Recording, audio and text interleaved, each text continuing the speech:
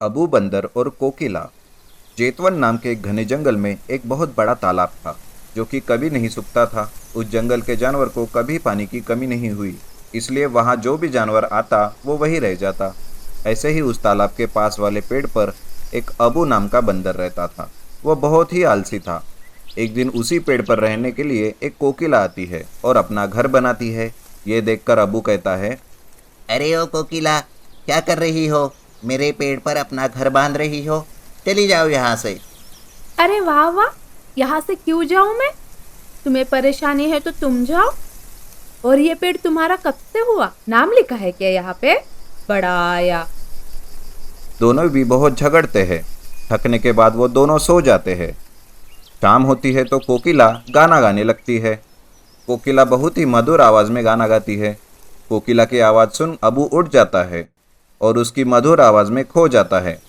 अबू कहता है, कोकिला, तुम कितना सुरीला गाती हो। बहुत बहुत शुक्रिया अबू भैया। क्या तुम मुझसे दोस्ती करोगी? हाँ हाँ बिल्कुल, बस मुझे इस पेड़ पे रहने देना, ठीक है? हाँ ठीक है, हम दोनों इस पेड़ पर बिना झगड़ा किए रहेंगे। फिर वो दोनों अच्छे मित्र की तरह रहने लगते हैं। अब कुछ दिनों में मौसम बदलने वाला होता है। तभी कोकिला अबू से कहती है, अरे अबू भैया, बारिश होने वाली है, अपने खाने का इंतजाम करके रखो। हम बारिश में खाने के लिए बाहर नहीं निकल सकते।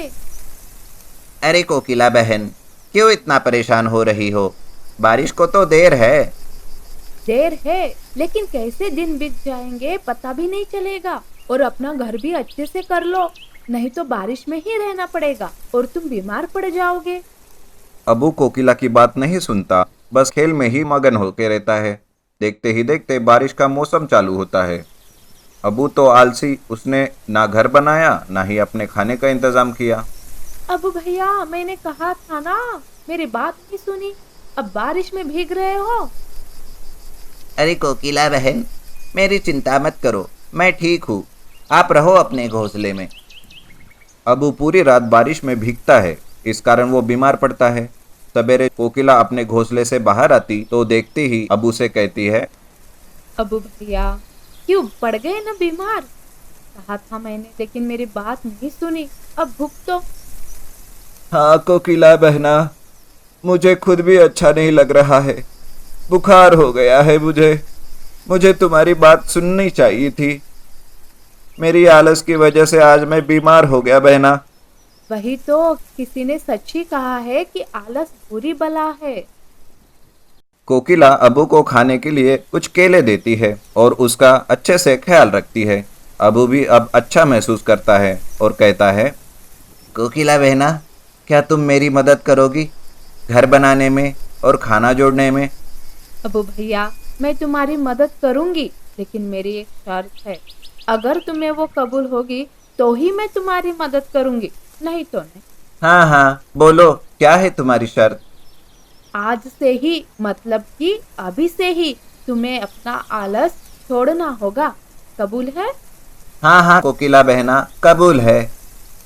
दोनों भी हंसते हैं। कोकिला अबू की मदद करती है और अबू का घर बन जाता है।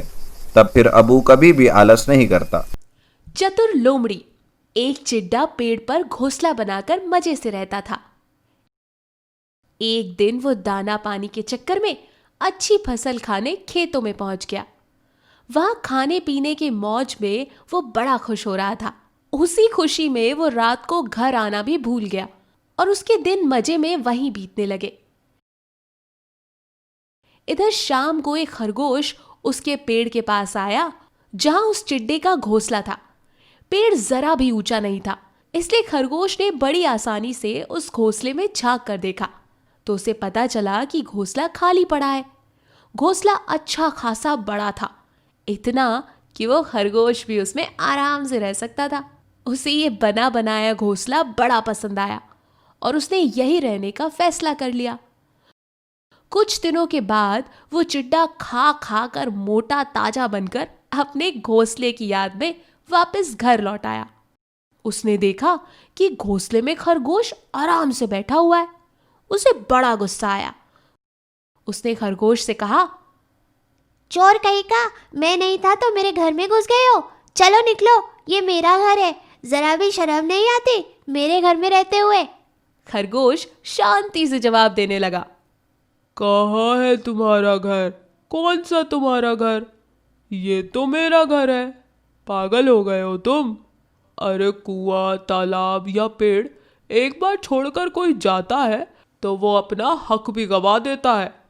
ये तो जब तक हम हैं ये हमारा घर है, बाद में उसमें कोई भी रह सकता है। तो इसीलिए अब ये घर मेरा है। बेकार में मुझे तंग मत करो।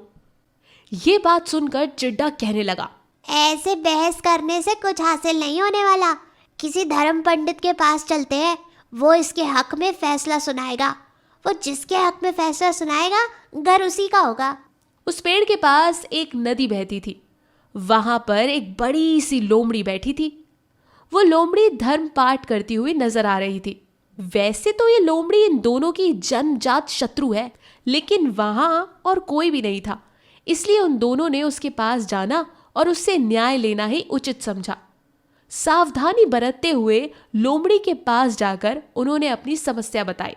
हमने अपनी उलझन तो बता दी, अब आप इसका हल क्या देंगी? हम आपका जवाब सुनना चाहते हैं। जो भी सही होगा उसे वो घोंसला मिल जाएगा, और जो झूठा होगा उसे आप खा लेना। अरे अरे, ये तुम कैसी बातें कर रहे हो?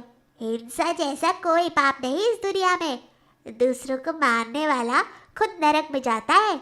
मैं तुम्हें न्याय देने में तो मदद करूंगी, लेकिन झूठे को खाने की बात हो मुझसे ना हो पाएगी। मैं एक बात तुम लोगों के कान में कहना चाहती हूँ, जरा मेरे करीब तो आओ।